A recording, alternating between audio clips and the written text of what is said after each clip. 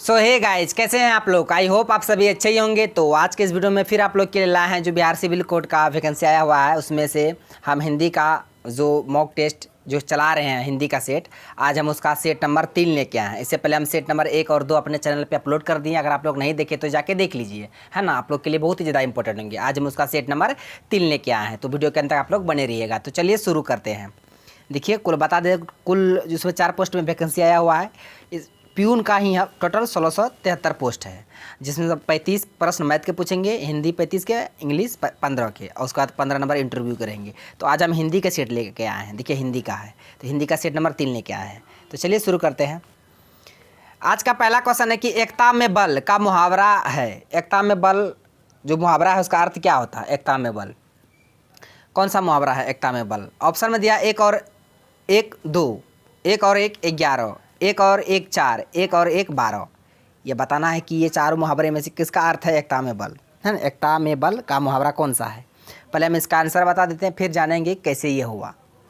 इसका आंसर हो जाएगा ऑप्शन बी, यानी कि 1 और 1 11। एकता में बल का मुहावरा है 1 और 1 11। वो कैसे, देखिए मान के चलिए वाक्य प्रयोग में, अगर वाक्य हम लोग करते हैं इसका, अगर देखिए मैं अकेले उनके दफ्तर गया तो सब ने मुझे बताया कि यहाँ नहीं है, यानी वे यहाँ नहीं है, पर जब सब मिलकर गए तो वो खुद बाहर निकल कर आए। इसका मतलब ये हुआ ना, जब हम अकेले गए ना पूछने के लिए, हाँ फला फला आदमी है, कहे नहीं छे, वो कहे बहाना बना देगा। जब हम लोग 5-10 आदमी लेके जाएंगे तब कहा हाँ खुद वो निकल जाएगा। जब उसको डर लगा, बा उतना आदमी आ गया हुआ, हमको उसको डर लग गया, इसलिए वो खुद बाहर निकल के हाँ हाँ बोलिए क्या बात है। तो अकेले जाएंगे तो सुनिए अकेले क्या कर लीजिएगा, बोल देते न है, बहाना बना देता है। आजकल सब वैसे करते हैं ना। जब 5-10 आदमी लेके जाइएगा तब वो नहीं होगा, तब खुद निकल के आएगा, हाँ बोलिए क्या क्या बात है, तब आराम से बात करेंगे। ये होता है एकता में बल। तो इसका मुहावरा होगा 1 और 1 11, यानी कि एकता में बल। तो आप इसे याद रखिएगा। नेक्स्ट क्वेश्चन है कि निम्नलिखित में से शुद्ध वर्तनी का चयन कीजिए। आपको बताने में से 4 ऑप्शन में शुद्ध जो वर्तनी है वो कौन सा है।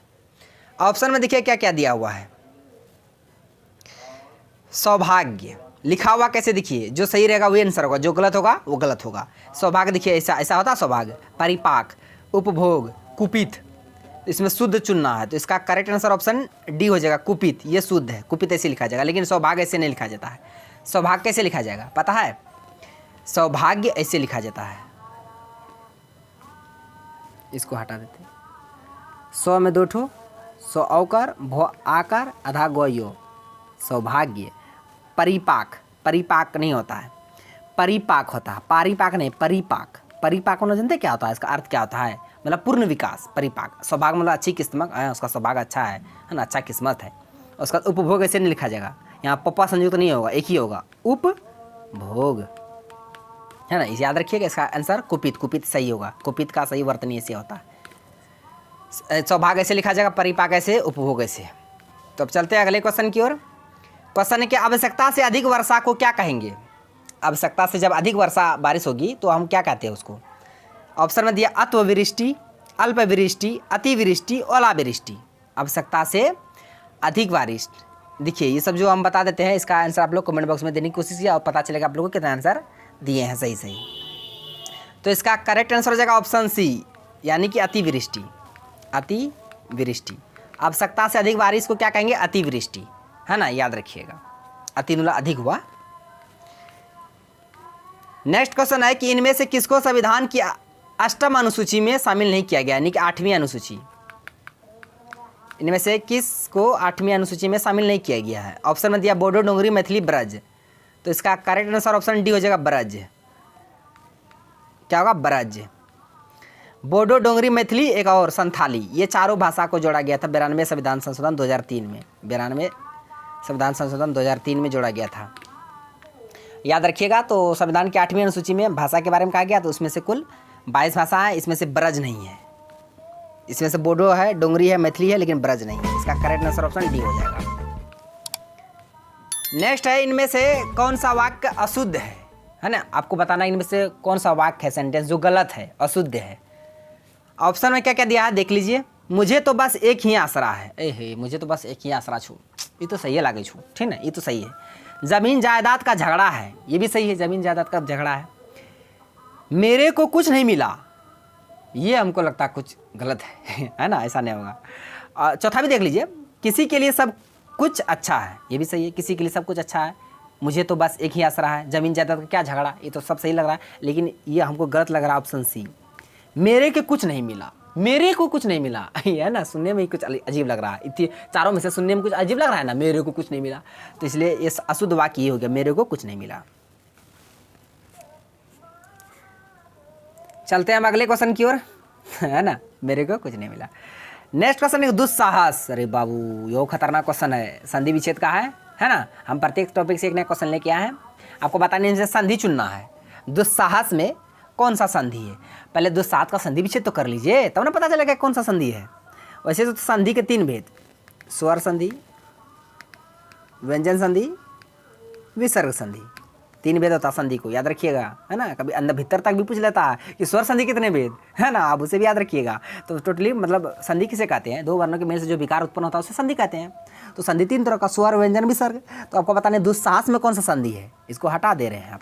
अब इसका संधि विच्छेद करेंगे, है ना। विच्छेद कैसे करते हैं देखिए, दुस्साहस का संधि विच्छेद क्या होता है, दुह, कहाँ से आ गया रे, दुह, देखिए विसर्ग है, क्या है, विसर्ग है, दुह जोड़ साहस, दुह जोड़ साहस, दुस्साहस, संधि विच्छेद दुस्साहस का दुह जोड़ साहस। ओहो देख लीजिए क्या आ गया, विसर्ग आ गया, आ गया, आ गया, विसर्ग है ऑप्शन में, देखिए ऑप्शन में है, ऑप्शन बी इसका करेक्ट आंसर हो जाएगा। विसर्ग संधि होगा इसमें, जिसमें अगर हलंत, जैसे संसार, संसार का म में हलंत, स्वागर सार, संसार, तो म में हलंत आ गया, हलंत आ जाएगा, समझ लियो व्यंजन संधि होगा।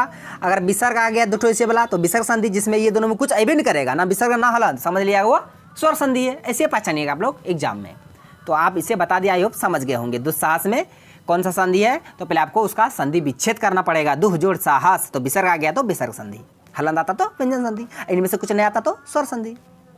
नेक्स्ट दिए गए विकल्पों में से शब्द जंगम का विलोम क्या होगा। ओहो बहुत अच्छा क्वेश्चन है, जंगम, जंगम, पहले इसका अर्थ समझिए, जंगम मतलब होता क्या है ना, जंगम। देखिए जंग पर ऑप्शन देख लीजिए क्या दिया, चंचल दिया हुआ, अस्थावर दिया हुआ, वर दिया हुआ, सज्जन दिया हुआ। हम चारों के बारे में बताएंगे, पहले इसका आंसर बता देते हैं। जंगम का उल्टा हो जाएगा, विलोम होगा, अपोजिट होगा अस्थावर। क्या होगा, अस्थावर, अस्थावर, हटा देते हैं, अस्थावर लिख लिए है ना, हम क्या बार बार लिखेंगे, अस्थावर, यही होगा ऑप्शन बी। अस्थावर कैसे होगा, पहले जंगम का अर्थ समझ लीजिए। जंगम का अर्थ होता है जिसे कहीं से लाया जा सके, है ना, कहीं से लाया या लाया जा सके, है ना, लाना एक तरह समझिए ना। और अस्थावर मतलब क्या होता है, अस्थाई, पूरा अस्थाई, लाना, कोई से लाया है तो फिर उसका अपोजिट अस्थाई होगा ना। तो ये अभी चंचल देखिए, चंचल का उल्टा क्या होगा, स्थिर होगा इसका भी, चंचल का स्थिर, पानी पर पानी चल चल करेगा, पानी मतलब नदी का पानी देखते हैं ना, पूरा चलेगा चलेगा, मतलब बहेगी बहेगी, तो वो चंचल रहती है, शांत नहीं रहती है। वहीं पे अगर तालाब का पानी दिखेगा तो शांत रहता है। तो चंचल का अपोजिट स्थिर। वर का क्या होता है, वर का वधु, वर दुल्हा, वही दुल्हा वधु। और उसके बाद सज्जन, सज्जन का दुर्जन, सज्जन का दुर्जन, सज्जन का दुर्जन, वर का वधु, चंचल का स्थिर, जंगम का अस्थावर, जंगम, अस्थावर, चंचल, स्थिर, वर, वधु, सज्जन, दुर्जन, ये सभी को आप याद रखिएगा। अपोजिट वर्ड बहुत ही ज़्यादा इंपॉर्टेंट है। नेक्स्ट है विशेषण के भेद। विशेषण के कितने भेद हैं, 4, 6, 5, 3, आंसर ए हो जाएगा, 4 भेद है। 6 किसका, सर्वनाम के, सर्वनाम के कितने भेद, सर्वनाम के 6 भेद। उसके बाद संज्ञा के कितने भेद, 5 भेद। उसके बाद क्या कहते हैं, काल, टेंस, है ना, वर्तमान काल, भूतकाल, भविष्यकाल को 3 भेद याद रखिएगा, लेकिन विशेषण के 4 भेद होते हैं। चलते हैं अब अगले क्वेश्चन की ओर। क्वेश्चन है कि राम कलम से लिखता है, तो यहाँ पे से जो है, से आया है, से ये कौन सा कारक है। हम बता दिए थे पहला वीडियो में, हिंदी कर नहीं देखे तो जाके देख लीजिए, उसमें बहुत डिटेल्स अच्छा से बताया, फिर आज बताएंगे, टेंशन मत लीजिए। से में कन्फ्यूज कर जाते हैं। देखिए अपादान जो कारक होते हैं, अपादान, अपादान कारक का भी चिन्ह से होता है, करण कारक का भी चिन्ह से होता है। इसमें कन्फ्यूज कहाँ करते हैं, दोनों में से है। अब पहचानेंगे कैसे किसमें मतलब से ब्लाज में करण होगा, क्या अपादान होगा। अगर बिछड़ेगा अलग होगा, बिछड़ी गलो रे, अलग है गलो रे, चल गलो रे, ऐसे होगा। जब बिछड़ेगा तो अपादान, जब चिपकल रहेगा, चिपकल समझते हैं, हाँ ठेठी भाषा में चिपकल, रुकिए इसको हटा देते, चिपकल, चिपकल यानी सटल, है ना, चिपकल रहेगा, सटल रहेगा तो करण। अगर अलग होगा तो अपादान। तो यहाँ देखिए राम कलम से लिखता है, तो राम का उंगली जो हाथ से उंगली में रहेगा और कलम दोनों चिपकल रहेगा ना, सटा हुआ रहेगा ना, है ना। तो इसलिए इसका आंसर ऑप्शन ए हो जाएगा करण कारक। अगर वही रहता पेड़ से पत्ता गिरा या पेड़ से पत्ता गिरता है, तो पेड़ का जो है उससे पत्ता गिर रहा, अलग हो रहा, बिछड़ा हो रहा है ना, तो विग्रह हो रहा, वो अलग हो रहा, तो वहाँ अपादान कारक होगा। लेकिन जब चिपकल होगा, सटल होगा, तो वो करण कारक होगा। आई होप आप समझ गए होंगे। तो ये प्रश्न था जो हम आपको बता दिए विद एक्स्ट्रा फैक्ट के साथ। तो यदि आपको वीडियो पसंद आया तो मेरा वीडियो को लाइक कीजिए तथा मेरा यूट्यूब चैनल कर दीजिए सड्डा को सब्सक्राइब करिए और बेल आइकन को भी हिट कर दीजिए ताकि हर एक लेटेस्ट वीडियो का नोटिफिकेशन तुरंत आप तक पहुंच जाए। थैंक्स फॉर वॉचिंग वीडियो, धन्यवाद। मिलते हैं अब नेक्स्ट वीडियो में नेक्स्ट सेट के साथ।